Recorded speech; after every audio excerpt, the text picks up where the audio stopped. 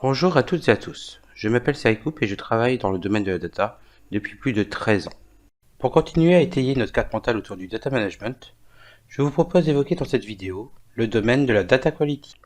Ce nom parle de lui-même, mais il est intéressant de voir ensemble les différentes options qui s'ouvrent à nous pour rendre la donnée de qualité. Avant de commencer à citer les mots-clés, parlons de deux cas d'usage de la data quality. Le premier est simple. Lors du développement du flux de data intégration, nous pouvons recevoir des similitudes de différents systèmes qui ne sont pas en phase, parfois monsieur ou madame, parfois un ou deux. La data quality a pour objectif d'identifier ces différences et les corriger. De même, nous pouvons recevoir des emails, mais sont-ils bien formés? En recevant des adresses postales, il peut être nécessaire de déterminer la latitude et la longitude. Autant d'utilité pour la data quality. Mettons-nous maintenant dans un cas plus complexe. Pour un de mes anciens clients dans le secteur de la distribution, nous avions travaillé sur la data quality pour vérifier des allégations sur des produits ainsi que des proportions.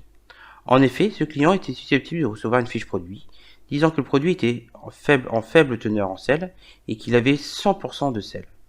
Il y avait donc une erreur quelque part, mais est-ce l'allégation ou la proportion? Techniquement, il n'est pas possible de le savoir, il est donc nécessaire qu'un responsable produit contacte le fournisseur. Si ce responsable indique qu'il ne comprend pas l'allégation, le fournisseur pourrait répondre que pour lui, il n'y a pas de problème, puisqu'il y a 100 g de sel sur une tonne de produit. Il ne voit pas pourquoi ne pas dire que le produit est en faible teneur en sel.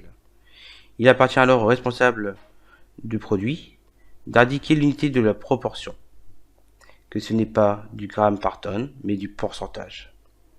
Dans ces décodages, nous pouvons distinguer deux processus de data quality, le processus automatique et le processus manuel. Revenons à présent sur les mots-clés que nous avons associés à la data quality.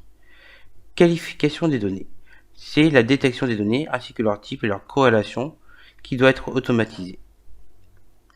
La correction et la complétion des données est également des objectifs majeurs comme nous l'avons vu dans nos cas d'usage. La collaboration entre les métiers et les techniques était également primordiale. Ces deux profils doivent travailler ensemble et les outils doivent simplifier cette collaboration. Nous sommes dans un monde où tout va plus vite, tout le monde est plus exigeant et il faut s'adapter aux changements rapidement. Il est toujours préférable de travailler à plusieurs que de travailler chacun de son côté. Nous pouvons également parler de data steward, qui sera l'utilisateur qui aura la responsabilité sur les données, notamment leur qualité. Enfin, nous pouvons citer les processus de validation qui permettent une collaboration entre différentes équipes. Voici quelques informations sur la data quality, domaine incontournable. En effet, l'enjeu de la donnée n'est plus d'en avoir beaucoup, mais il faut également qu'elle soit de qualité.